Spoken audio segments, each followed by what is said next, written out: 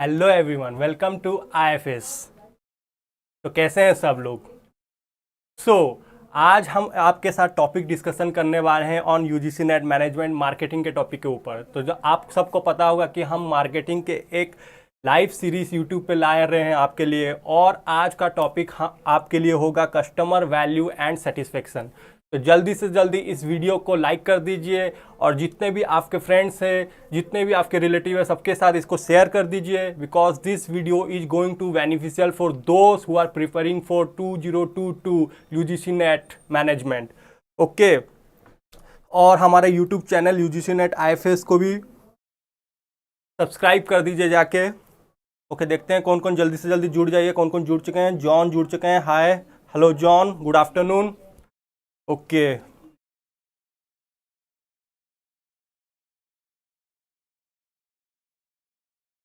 Okay,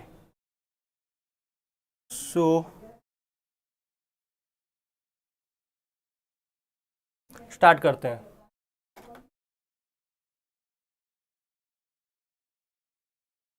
आज हम पढ़ने वाले हैं आपके साथ कस्टमर वैल्यू और सेटिस्फेक्शन के ऊपर। कस्टमर वैल्यू और सेटिस्फेक्शन के ऊपर नेक्स्ट चलते हैं।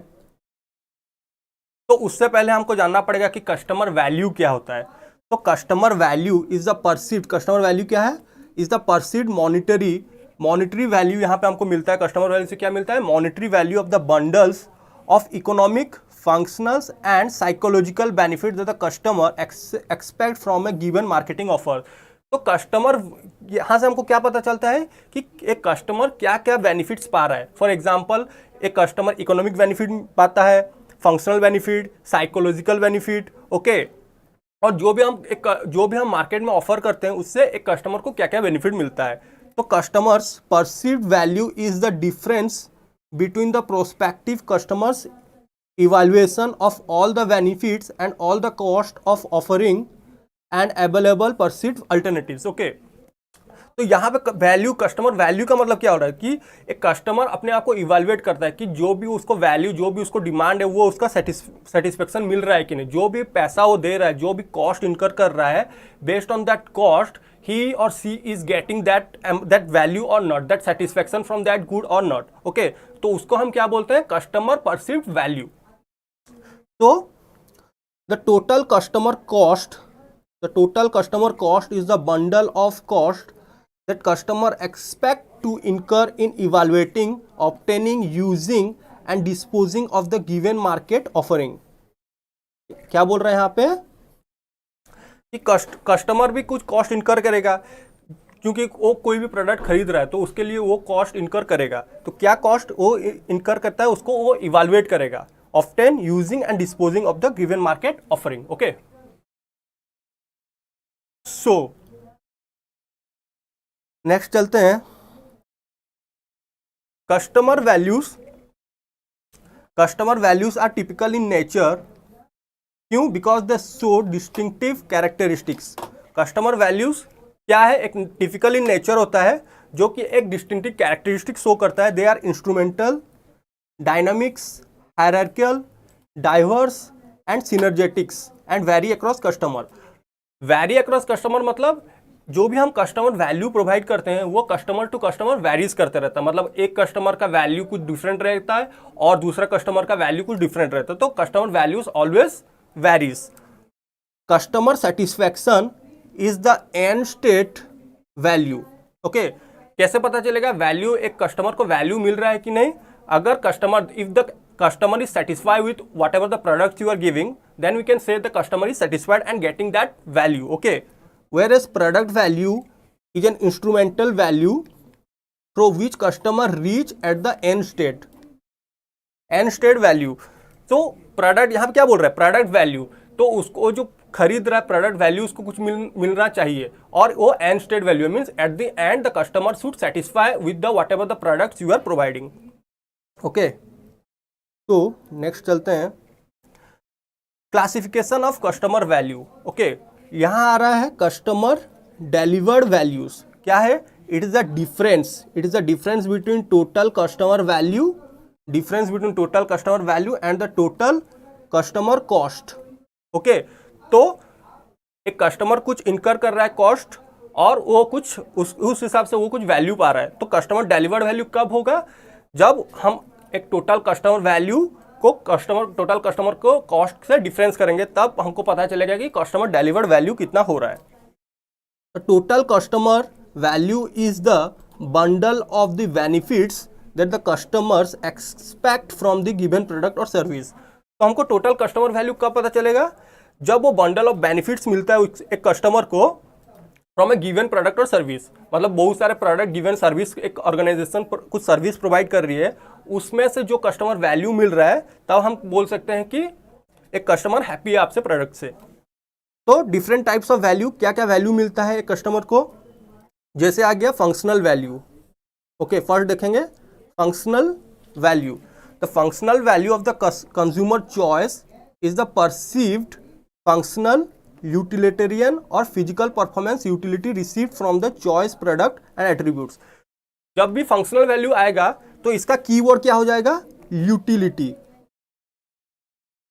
क्या आ जाएगा, यूटिलिटी। यूटिलिटी मतलब यहां पे वो satisfaction.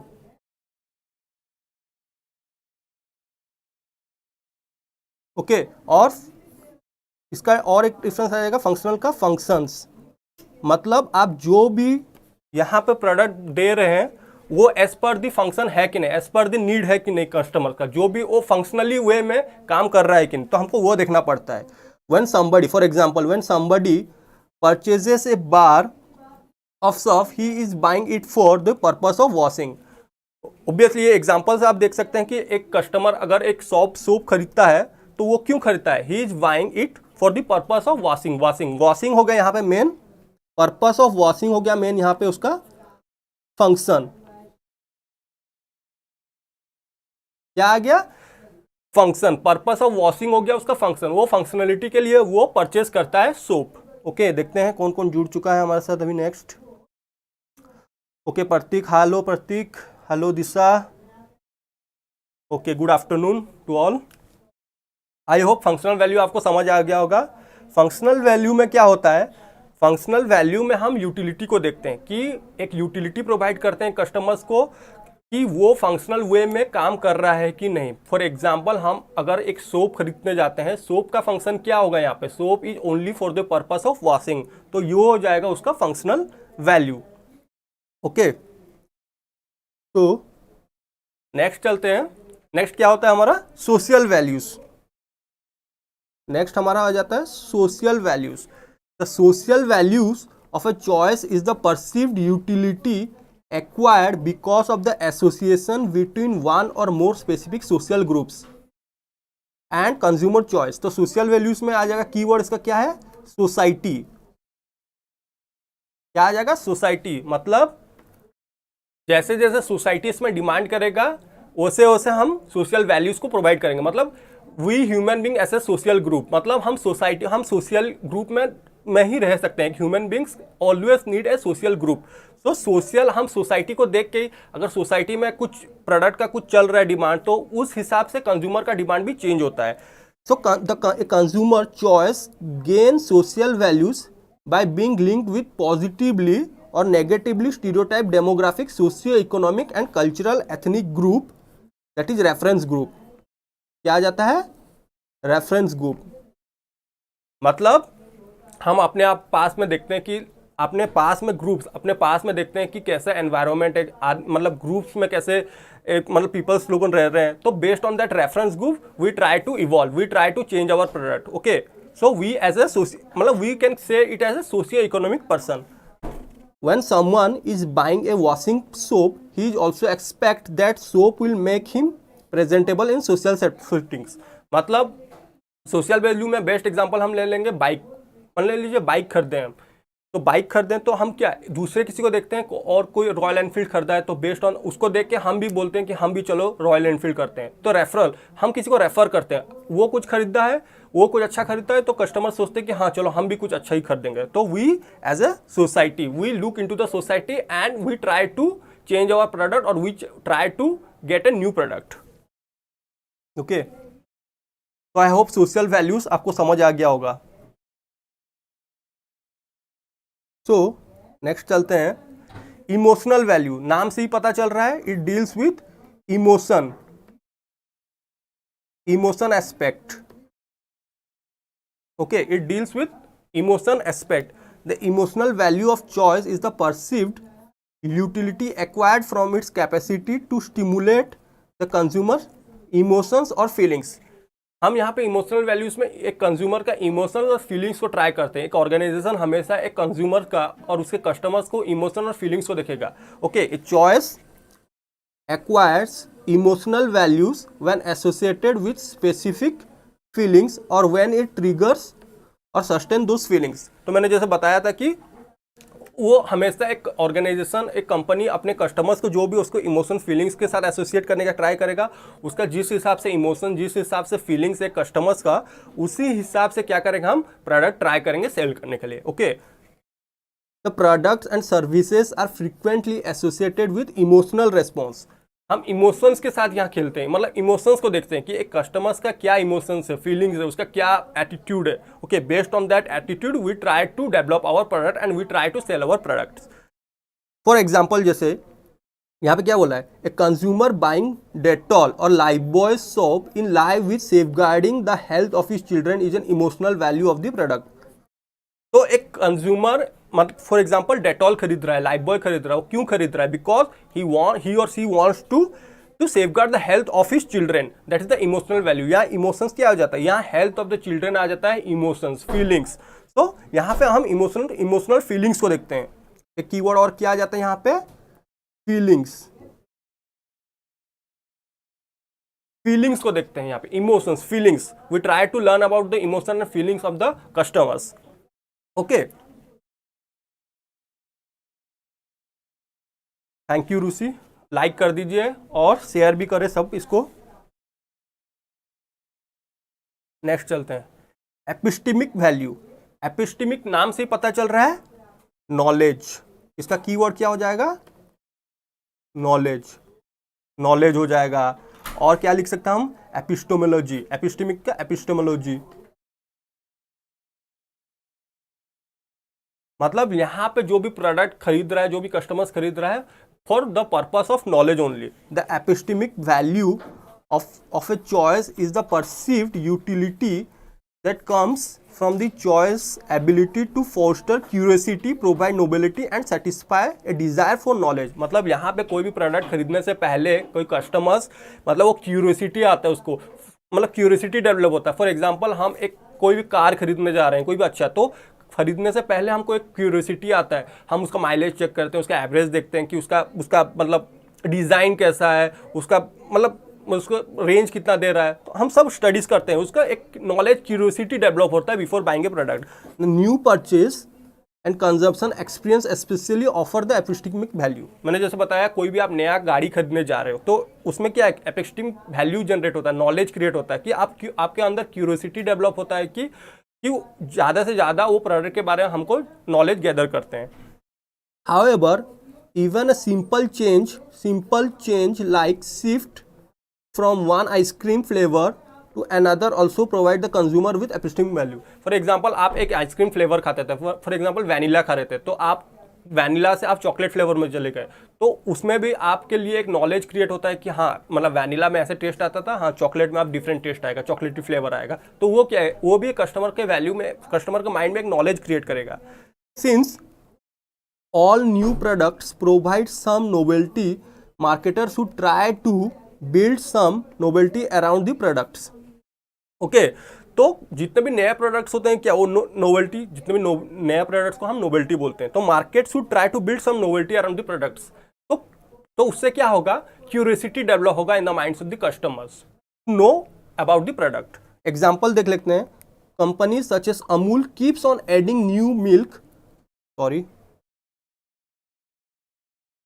keeps on adding new milk product to its portfolio for consumer offering. It keeps brand young and fulfill epistemic value.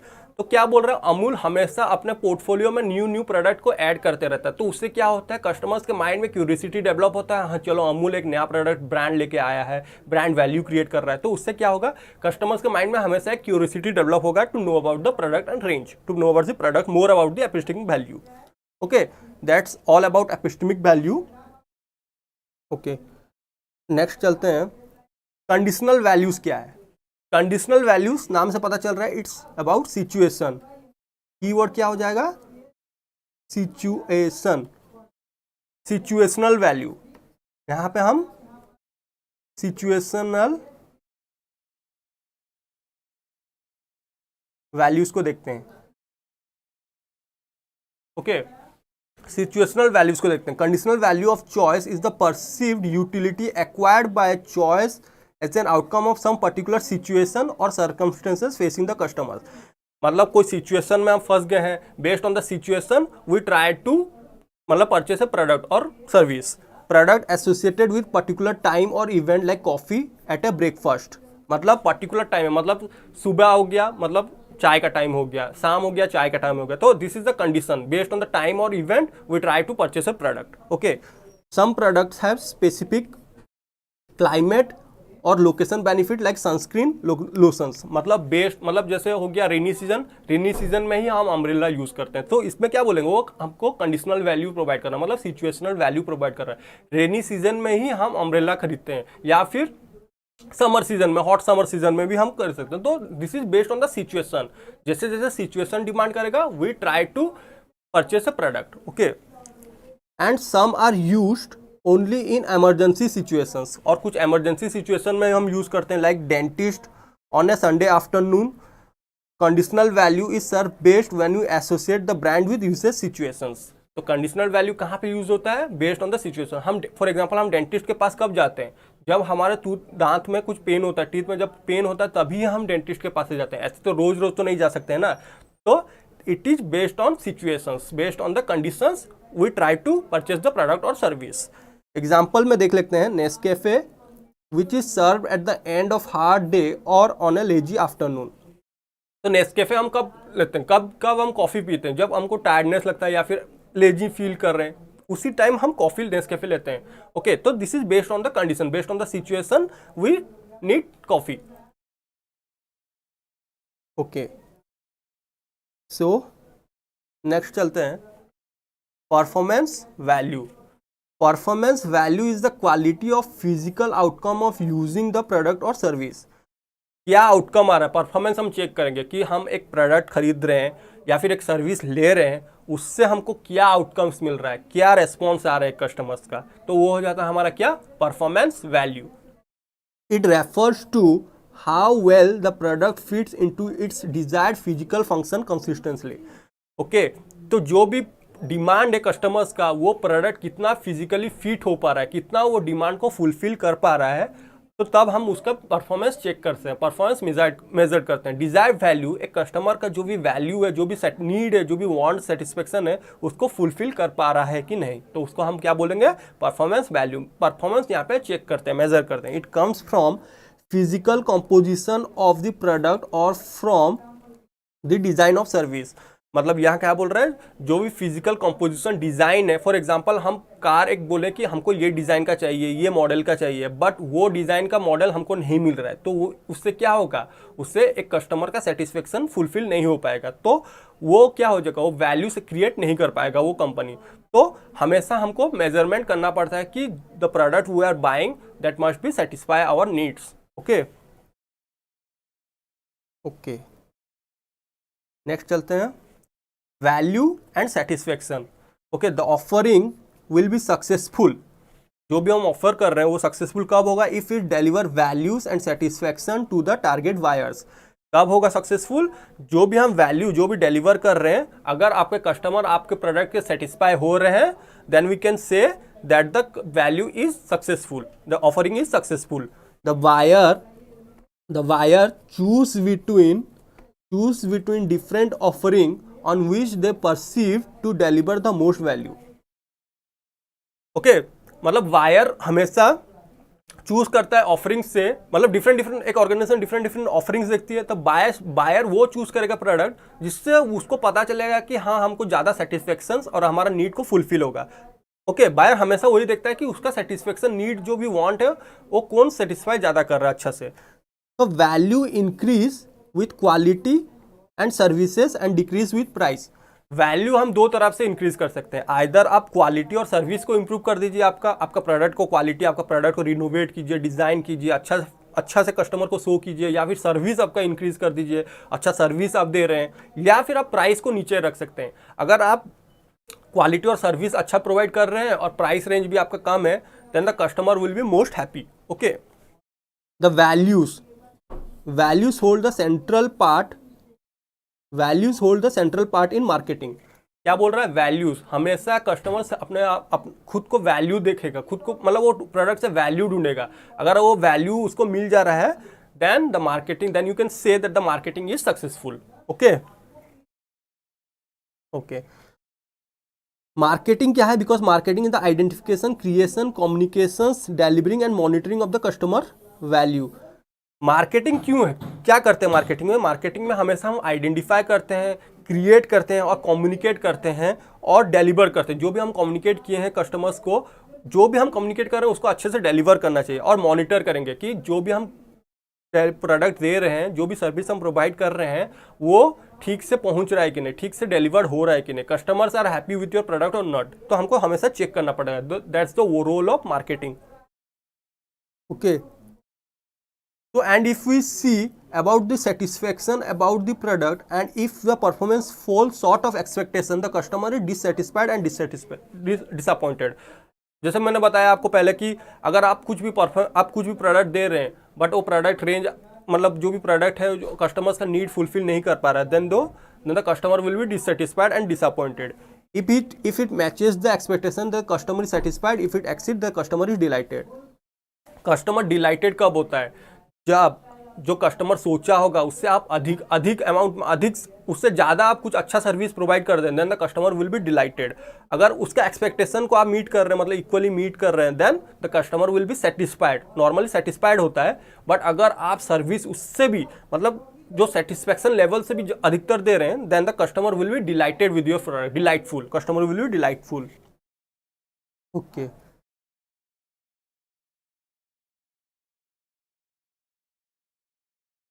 Okay, types of needs हम देखते हैं. टाइप्स ऑफ नीड्स, क्या क्या नीड्स है कस्टमर्स का? ऑब्वियसली नीड्स होता है ना, तो क्या क्या नीड्स है और उसका कुछ स्टेप्स है, प्रोसेस है, हायरार्की में देखते हैं हम क्या क्या नीड्स है. Types of needs. Okay, this is the types of needs. Needs क्या क्या आ जाता है types? Stated needs, real needs, unstated needs, delight needs, या फिर सीक्रेट नीड्स. तो हम इसको एक निमोनिक से याद रख सकते हैं, SRUDS, SRUDS. स्टड्स तो आपको पता होगा, studs, you are a good stud बोलते हैं स्टड्स. तो स्टड्स के जगह में हम टी के जगह में आर ऐड कर लेंगे, SRUDS.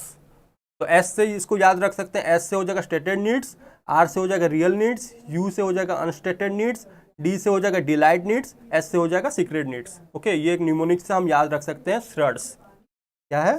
SRUDS, SRUDS से हम याद रख सकते हैं, छोटा सा निमोनिक से.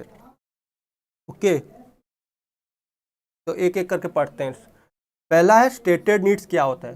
What the customer ask for. Stated, statement से ही पता चल रहा है. स्टेट, कस्टमर कुछ स्टेटमेंट प्रोवाइड करता है, स्टेट करता है हम कस्टमर क्या आस्क करता है. फिर उसके बाद आता है real needs. What the stated needs actually means. जो भी स्टेट कर रहे हैं, रियल नीड्स क्या एक्चुअली, रियल नीड्स क्या है उसका. Okay, unstated needs, what the customer also expect but does not ask. मतलब कुछ एक्सपेक्ट किया होता है, मतलब मन में एक्सपेक्ट करता है बट उसको आस्क नहीं करता है, तो वो अनस्टेटेड नीड आ जाता है. Delight needs. डिलाइट नीड्स क्या आ जाता है? Needs that are not essential but would delight if meet. Delight कब फील करेगा? Needs that are not essential but would delight if meet. मतलब कोई भी, मतलब वो कुछ अधिक से, मैंने जैसे बताया आपको कि कुछ कस्टमर कुछ परसीव किया होगा, बट वो परसीव लेवल से आप उसको अधिकतर कुछ प्रोवाइड कर रहे हैं, then the customer will be delighted. Secret needs. Secret needs को हम क्या बोल सकते हैं? और एक तो इसका नाम है सेवी नीड्स. क्या बोल सकते हैं? सेवी नीड्स. मतलब needs that customer does not express, often intangible in nature. Okay, secret needs, कुछ सीक्रेट नीड्स होता है उसका, मतलब सीक्रेटली वो डिमांड करते रहता है. ओके दिशा पूछ रही है ये टॉपिक से क्वेश्चंस कैसे आते हैं। टॉपिक से क्वेश्चन ऐसे पूछ सकती है कि what are the different types of needs. Okay जैसे आ जाता है stated needs, real needs, unstated needs, delight needs, secret needs. तो आपको इसको मैचिंग में पूछ सकता है कि स्टेटेड मतलब मैच द फॉलोइंग में एग्जाम में आता है ना, तो मैच द फॉलोइंग में ऐसे दिया होगा stated needs, real needs, unstated needs, delight needs, secret needs, और उसके सामने आपको मैच करना पड़ेगा कि stated needs means what the customer ask for, real needs what the stated needs actually means, unstated needs what the customer also accept but does not ask for. ऐसे ही आपको मैच करना पड़ेगा। सीक्रेट नीड्स क्या है? Often intangible in nature, जो secretly होता है उसको वो विश करता है कि फुलफिल हो जाए, तो आपको ऐसे मैचिंग करने में आ सकता है। ओके तो वन बाय वन और एक बार इसको अच्छे से देख देते हैं। फॉर एग्जाम्पल एक एग्जाम्पल लेके देखते हैं। बाइंग ए कार प्रोसेस लेके देखते हैं। Customer wants to buy a car.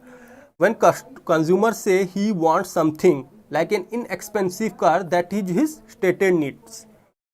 मतलब कस्टमर कुछ बोल रहा है कि मेरे को एक इनएक्सपेंसिव कार चाहिए, एक्सपेंसिव कार चाहिए, that is his stated needs. वो बता रहा है, जैसे हम यहाँ पे पढ़े थे क्या, state needs what the customer actually ask for, मतलब कस्टमर आस्क करता है। तो यहाँ पे क्या है, यहाँ पे वो आस्क किया कि उसको एक एक्सपेंसिव कार चाहिए, that is his stated needs. Says एक वो स्टेटमेंट पर प्रोवाइड करता है कि स्टेट करता है कि मेरे को एक एक्सपेंसिव कार चाहिए, that is his stated needs.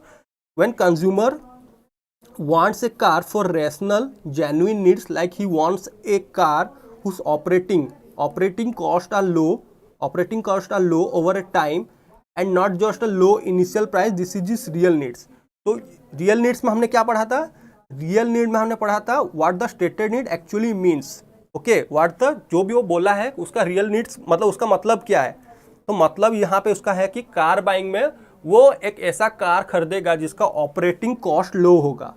Okay operating cost low होगा और उसको कम प्राइस में भी मिलेगा। This is his real needs. Okay in buying this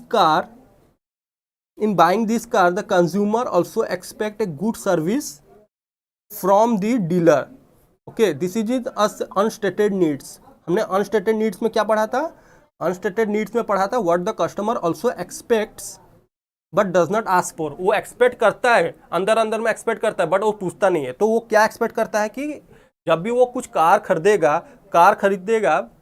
तो वो एक्सपेक्ट करेगा कि उसको गुड सर्विस मिले, गुड माइलेज मिले, अच्छा माइलेज देता, मतलब वो कार अच्छा माइलेज दे, तो वो हो जाएगा गुड सर्विस। यहाँ पे हो जाएगा हमारा अनस्टेटेड नीड्स।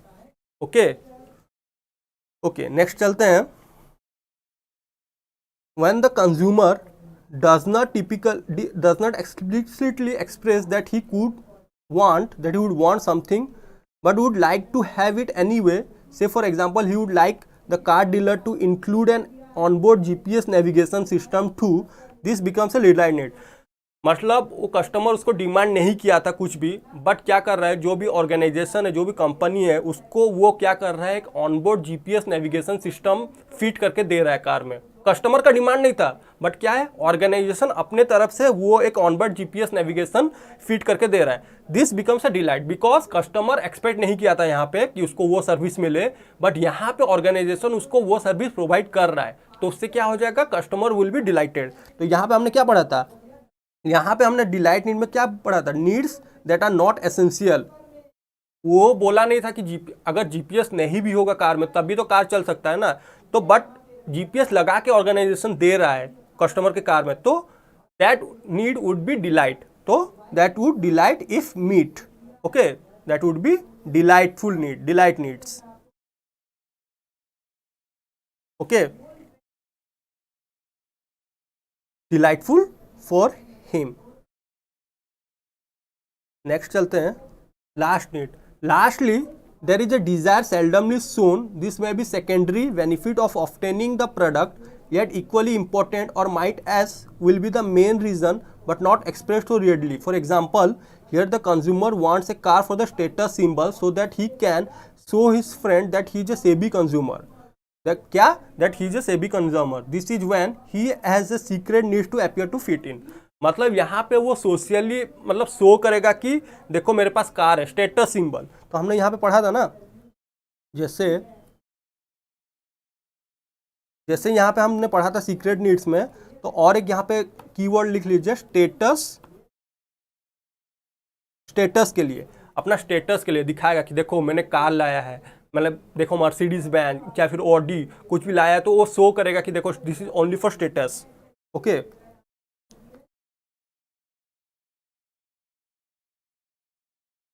ओके, तो ये यहाँ पे और क्या हो जाता है, सेबी, सेवी कस्टमर्स, इनको हम सेवी कस्टमर्स भी बोलते हैं, सेवी कस्टमर्स, जो कि शो करते हैं कि देखो मैंने मेरे पास कार है, फॉर स्टेटस सिंबल वो दिखाते हैं।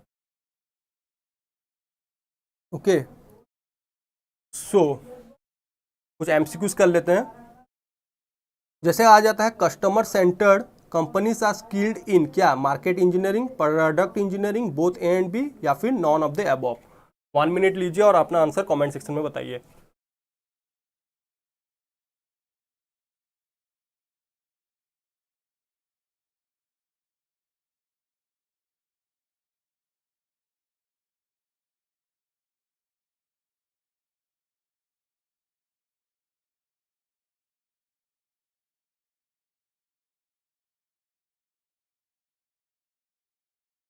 ओके, तो चलते हैं। Customer centered companies are skilled in market engineering, product engineering, both A and B above, none of the above. तो इसका आंसर हो जाएगा both A and B above. क्यों? कस्टमर सेंटर्ड, जो भी कस्टमर ओरिएंटेड कंपनीज रहते हैं वो हमेशा देखते हैं कि अपना मार्केट को इंजीनियरिंग करें, मतलब अपने आप को मार्केट को री इंजीनियरिंग करते रहेंगे, न्यू न्यू मार्केट एक्सपेंशन करेंगे। ओके, और प्रोडक्ट री इंजीनियरिंग मतलब अपना प्रोडक्ट का क्वालिटी बढ़ाएंगे, अपना प्रोडक्ट का कॉस्ट कम करेंगे। तो हमेशा कस्टमर ओरिएंटेड देखते हैं। तो कस्टमर को हमेशा क्या चाहिए, मार्केट में हमेशा उसको ऐसा प्रोडक्ट चाहिए जिसका प्रोडक्ट का क्वालिटी कम, मतलब क्वालिटी अच्छा हो, उसका प्राइस रेंज भी अच्छा हो, लो कॉस्ट हो, उसी हिसाब से कस्टमर को वैल्यू मिलेगा। तो this is both market engineering and product engineering. Customer centered companies will look for both market and product. Okay, तो नेक्स्ट चलते हैं। In the modern customer organization chart the entity at the top, मतलब आज के time में modern customer organisation में जो भी कस्टमर ओरिएंटेड कंपनीज होते हैं उनका टॉप में कौन आता है, कस्टमर्स, उनका प्रायोरिटी बेसिस में कौन रहते हैं, customers, top management, frontline people, या फिर none of the above. 1 minute लीजिए और अपना आंसर कमेंट सेक्शन में बताइए।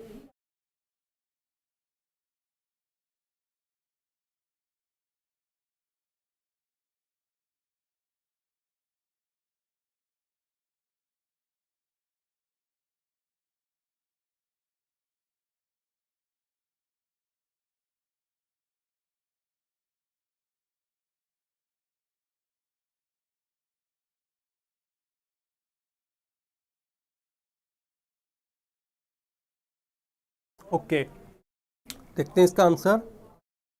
इसका आंसर हो जाएगा customers, because modern customer oriented organization, देखिए यहाँ पे कीवर्ड क्या दे दिया है, कस्टमर्स, और आपको ढूंढना ही क्या था, आंसर में ही दे दिया है कस्टमर्स। तो कस्टमर ऑर्गेनाइजेशन चार्ट क्या है, यहाँ पे जो भी ऑर्गेनाइजेशन है वो कस्टमर ओरिएंटेड है, और जो भी कस्टमर ओरिएंटेड ऑर्गेनाइजेशन होते हैं वो क्या करते हैं, कस्टमर्स को ही प्रायोरिटी बेसिस में रखते हैं। तो वो देखते हैं कि जो भी हम प्रोडक्ट दे रहे हैं वो कस्टमर्स को वैल्यू दे रहा है कि नहीं, वैल्यू प्रोवाइड कर रहा है कि नहीं, उसका नीड फुलफिल कर रहा है कि नहीं। सो बेस्ड ऑन दैट हम कस्टमर्स को सेटिस्फाई कर सकते हैं। तो कस्टमर ऑर्गेनाइजेशन चार्ट में हमेशा कस्टमर्स को ही प्रायोरिटी बेसिस में रखते हैं। ये आएगा हमारा प्रायोरिटी बेसिस में, customer will be our main priority है। नेक्स्ट चलते हैं। Customers add of all the functional, psychological and economic benefit from the dash sources. पहला ऑप्शन है product, service, personal and images, product and services, product and personal, या फिर only personal. मतलब जितने भी उसके फंक्शनल, साइकोलॉजिकल और इकोनॉमिक बेनिफिट है वो कौन सा सोर्सेज से एड अप करता है कस्टमर्स। 1 मिनट लीजिए और अपना आंसर कमेंट सेक्शन में बताइए।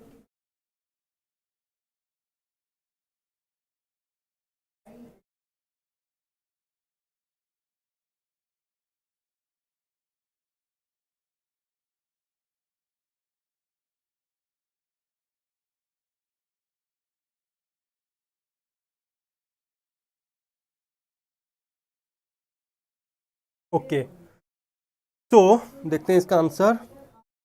इसका आंसर हो जाएगा product, service, personal and images. तो उसको जो भी फंक्शनल बेनिफिट, जितना भी बेनिफिट, जो भी फंक्शनल, साइकोलॉजिकल और इकोनॉमिक बेनिफिट कहाँ से मिलेगा? अच्छा प्रोडक्ट रेट, अच्छा अगर प्रोडक्ट हम क्वालिटी प्रोडक्ट देंगे तो वहाँ से मिलेगा। सर्विसेज, अच्छा सर्विस प्रोवाइड कर रहे हैं तो वहाँ से मिलेगा। या फिर पर्सनल एंड इमेजेस, जो भी पर्सनल, जो भी आपको प्रोवाइड कर रहे हैं, जो भी आपको सर्विसेज दे रहे हैं, the human resources part, that one also be add of for the customers benefit.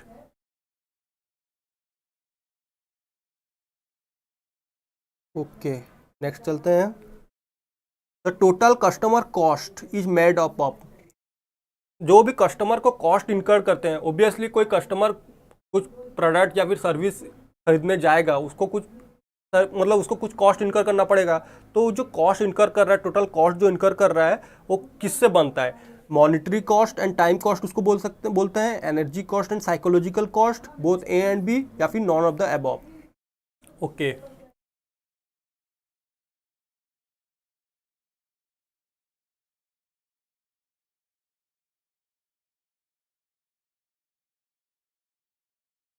जो भी कस्टमर को कॉस्ट होता है वो मेड अप ऑफ क्या, कौन सा चीज में होता है? ओके, आंसर देखते हैं इसका क्या है। इसका आंसर हो जाएगा C, both A and B above. Okay, customer cost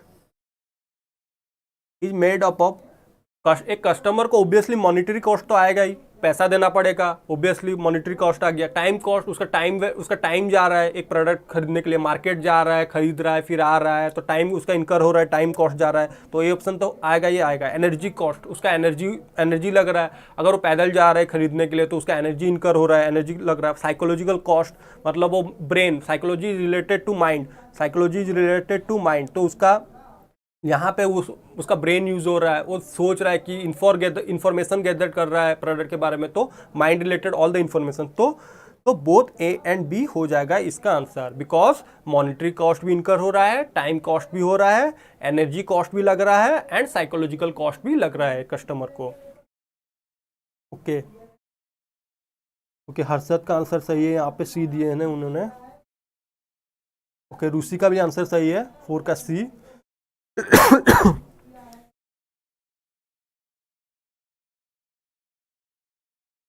okay, so next चलते हैं। Managers conduct a dash to know the consume companies weakness and strength relative to those of various peers. Various peers यहाँ बोल दिया क्या? Various piers मतलब यहाँ पे competitors आ गए।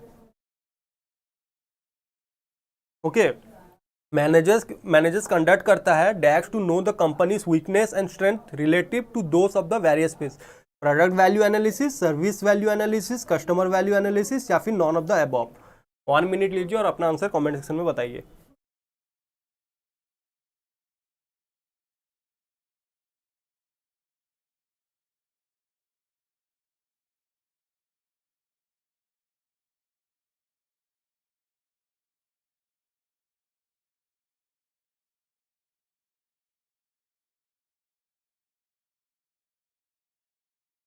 हर्षद ने अपना आंसर दे दिया है, 5 का सी। ओके, जल्दी जल्दी सब दे दीजिए। राजश्री ने भी दे दिया है श्री, जल्दी जल्दी दीजिए और इस वीडियो को शेयर कीजिए, जितना हो सके शेयर कीजिए, लाइक कीजिए। दिशा ने ये दिया है, प्रतीक ने डी दिया है। ओके ओके, चलते हैं इसका आंसर हम देखते हैं क्या होगा इसका आंसर। इसका आंसर हो जाएगा कस्टमर वैल्यू एनालिसिस। ऑब्वियसली एक कोई भी मैनेजर होगा, पहले उसको वो कस्टमर वैल्यू एनालिसिस ही करके उसको पता चलेगा कि जो भी प्रोडक्ट है वो मार्केट में सेल हो रहा है कि नहीं, कस्टमर्स वो प्रोडक्ट को खरीद रहा है कि नहीं। अपना फीडबैक वहीं से ही पता चलेगा। कहाँ से पता चलेगा फीडबैक? फीडबैक मिलेगा यहाँ से, फीडबैक फ्रॉम किससे? कस्टमर से। कस्टमर से फीडबैक मिलेगा, because manager conduct a dash customer value analysis to know the companies weakness and strength relative to those of peers. तो यहाँ से पता चलेगा कि कस्टमर से फीडबैक लेने के बाद पता चलेगा कि कंपनीज का वीकनेस और स्ट्रेंथ कहाँ पे है, कौन सा प्रोडक्ट रेंज पोर्टफोलियो में ज़्यादा मतलब सेल हो रहा है, कौन सा कम हो रहा है, कौन सा मतलब कंपटीटर से कितना अच्छा सेल हो रहा है, कितना मार्जिन में सेल हो रहा है। तो यहाँ से कस्टमर वैल्यू एनालिसिस करके ही पता चलेगा।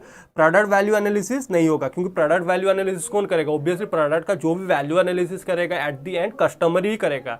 ओके, सर्विस वैल्यू एनालिसिस कौन करेगा? सर्विस वैल्यू एनालिसिस भी एट द एंड एक कस्टमर ही करेगा और वो उसी से ही फीडबैक देगा, तो वहां से ही पता चलेगा। और नॉन ऑफ द अबव तो होगा नहीं, तो आंसर हो जाएगा आपका C will be the right answer. I hope ये क्वेश्चन आपको समझ आया होगा। ओके, प्रतीक्षा ने भी दे दिया 5 का सी। यस प्रतीक्षा, राइट है आपका आंसर। ओके ओके, आई होप ये क्वेश्चन आपको समझ आया होगा। नेक्स्ट चलते हैं। नेक्स्ट और कुछ क्वेश्चन है नहीं, तो हम आपके लिए एक रिपब्लिक डे 26 जनवरी में आपके लिए एक स्पेशल ऑफर लेके आ रहे हैं। एक्सक्लूसिवली टेस्ट सीरीज ला रहे हैं फॉर यूजीसी नेट 2022 मैनेजमेंट, जिसका फीस होगा फ्री। तो प्लीज़ आप हमारे ऐप में जाइए या फिर ifsonline.com में जाइए। ये वेबसाइट में आप जाके आप जितने भी फ्री सेशन है फ्रीली आप दे सकते हैं, जिससे आपका कॉन्सेप्चुअल क्लैरिटी क्लियर होगा। और जितना हो सके आप इस मतलब चैनल को शेयर कीजिए और लाइक भी कीजिए और सब्सक्राइब भी कर दीजिए।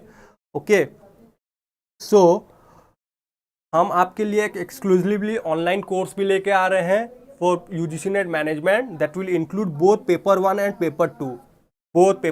पेपर 2, जिसमें हम आपको 300+ आवर्स लाइव लेक्चर प्रोवाइड करेंगे। That will be live. अगर आप लाइव नहीं देख पा रहे हैं तो आप उसको रिकॉर्डेड भी देख सकते हैं, जिसमें हम आपके लिए क्या करेंगे, 15 सब्जेक्ट वाइज टेस्ट रखेंगे। ओके, 15 सब्जेक्ट वाइज, आप सब्जेक्ट वाइज दे रहे हैं टेस्ट, जैसे मॉक, जैसे यूनिट 1 हो गया, यूनिट 2 हो गया, तो उससे सब्जेक्ट वाइज भी टेस्ट रहेगा आपके लिए। और उसके लिए साथ 5 फुल मॉक लेंथ टेस्ट भी रखेंगे। फुल लेंथ मॉक टेस्ट पूरा एग्जाम ओरिएंटेड रहेगा। जैसे कॉन्सेप्चुअल क्वेश्चन, आजकल ज़्यादा कॉन्सेप्चुअल क्वेश्चन आ रहे हैं, तो वो कॉन्सेप्ट के ऊपर ही क्वेश्चन रहेगा। और उसका ड्यूरेशन रहेगा 6 मंथ। ओके, 6 मंथ ड्यूरेशन रहेगा। और आपका प्राइस रेंज हो जाएगा 9,000 में। This is the best opportunity you are getting. और 20% डिस्काउंट आप एबल कर सकते हैं, जो 11,250 से आपका प्राइस रेंज हो जाएगा 9,000, आप अगर 20% डिस्काउंट करते हैं तो। और 9,000 में both paper 1 and paper 2 both मिलेगा आपको। This is the best opportunity. Exam कभी भी हो सकता है 2022 में, तो आप जल्दी से जल्दी स्टार्ट कर लीजिए। हमारा कोर्स लॉन्च होने वाला है, तो जल्दी से जल्दी ये अपॉर्चुनिटी को अवेल कीजिए। ओके, और फॉर मोर इन्फॉर्मेशन आप हमारे ये वेबसाइट में विजिट करके आप ज़्यादा इन्फॉर्मेशन भी देख सकते हैं, या फिर डिस्क्रिप्शन बिलो में आप भी इन्फॉर्मेशन पा सकते हैं। Okay, so that's all for today. Thank you, have a nice day. Okay.